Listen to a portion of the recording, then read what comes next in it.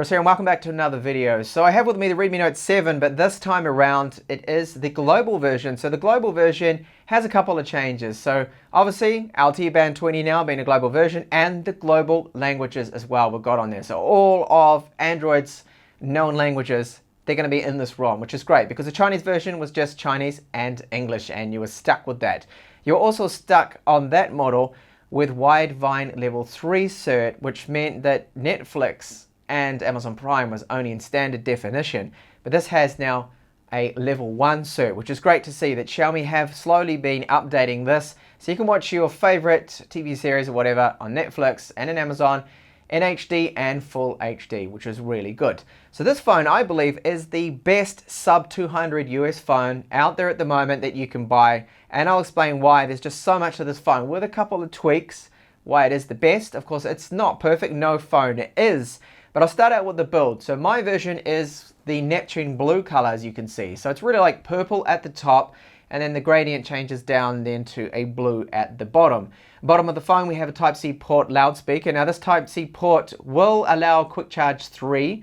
So it'll charge fully the 4,000 mAh battery in only 1 hour and 50 minutes. But that charge is not supplied in the box. The one you get in the box is 5 volts, 2 amps, and it will take around 2 hours and 25 minutes or so to charge the phone. So it's somewhat slower, and if you do want to spend that extra, then you can at least charge it quite a bit faster, which is great to have that option.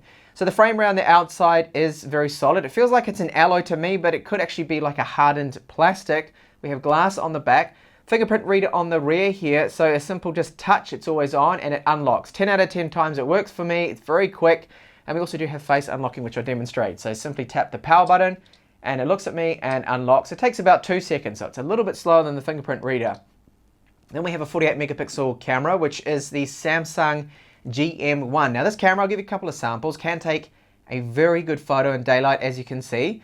It's basically downsampling, so it's using the Bayer filter and it will downsample and take a 12 megapixel photo. There is a 48 megapixel option, but as I pointed out in my review and some of the other reviews I posted of the Chinese model, that it's in fact interpolated 48 megapixels. Not a true 48 megapixels. You get that with the Sony sensor, the IMX586, that you'll find in the Redmi Note 7 Pro, the more expensive model with a faster chipset in that one. Now, Xiaomi does have their own low light mode, but as you can see here from the samples, that it's not really that great, and you can in fact install, as I pointed out in another video, in fact I have a review of the stock camera app against Google's camera port. So this is the Google Pixel 3 port, and you can see low light performance is greatly improved. So I highly recommend doing this. Just install this APK. Now you can't record 4K video with the stock camera app, but as I'll show you now, with Open Camera you can get 4K.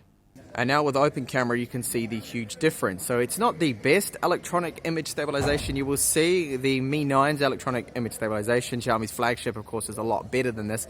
It's a lot smoother, but this is not bad concerning this is $189, and the footage we're getting here in 4K. And if I pan around, you will see a little bit of like stutter when you pan, depending on how fast you actually do this. And I'll just walk again so you can see the electronic image stabilization at work. You get a little bit of a jelly effect sometimes with it using Open Camera here, but it's great to have this option. And you can even shoot in 4K video with Open Camera using this front-facing camera. As you can see right now, the footage isn't too bad. I mean, it's not perfect. I don't know whether electronic image stabilization is being applied. If it is, not a lot. There is a few little judders and things you see coming through on the footage. And then when we take a look at the front of the phone, we have a 13 megapixel front-facing camera that can take an okay selfie. You do have portrait mode on the front, so it's using software to get that bokeh effect with the background all blurred. The stitching around the outside tends to do a pretty good job, and really it's overall quite good, again when you factor in the cost of this phone here. So the screen is a 6.3 inch IPS panel with a resolution of 2230 by 1080. You get a little bit of shadowing around the top, as I pointed out in my review of the Chinese model, but it seems to have improved a little bit. At least my model here, this IPS panel doesn't have that blackness around the screen as bad, but you can see here with a solid white color, you can see how just around the edges of it, it's a little bit darker there, and so it might be a little bit off-putting to some people. Now the panel itself has a maximum output of 550 lux, which is very good, and you can tweak the white balance to your own preference. I prefer standard because it's more correct then, and more of a neutral kind of white then. But if you prefer a cooler white or a warm white, of course, you can set that in the settings. Now on the left-hand side, we have a dual SIM tray here. Now it does support 4G LTE, so that's LTE dual standby as well with this, and micro SD card. And just like the top 3.5mm headphone jack, with that micro SD card is something, of course, that the Mi 9 doesn't even have, Xiaomi's flagship phone. IR transmitter, and the output out of this 3.5mm headphone jack is very good. Now the performance of the ROM, so it's running Android 9, MIUI 10, which is their skin on the top, is probably the biggest con of this phone, but most people may not, a lot of people like it. I'm okay with it. Now the performance of MIUI is, for the most part, fast, it's snappy, multitasking is good, switching between the apps and things. You can see here no real problems, but you will notice some lag at times if you really push it multitasking. Now, MIUI kills off things quite quickly in the background as well, so apps will have to reload. And full screen gestures does sometimes have a little bit of stutter and lag to it. That's the only real thing. Now, if you use Nova Launcher, that really does improve upon things, and you don't see so much lag there. Now, one other thing too to point out, battery life is very good on this phone. So in my own test, I was able to get over 10 hours of on-screen time. Now, this is mostly on wireless, so bear that in mind. So about 70% on wireless, 30% on data. If you're more on data, then of course it will drain more.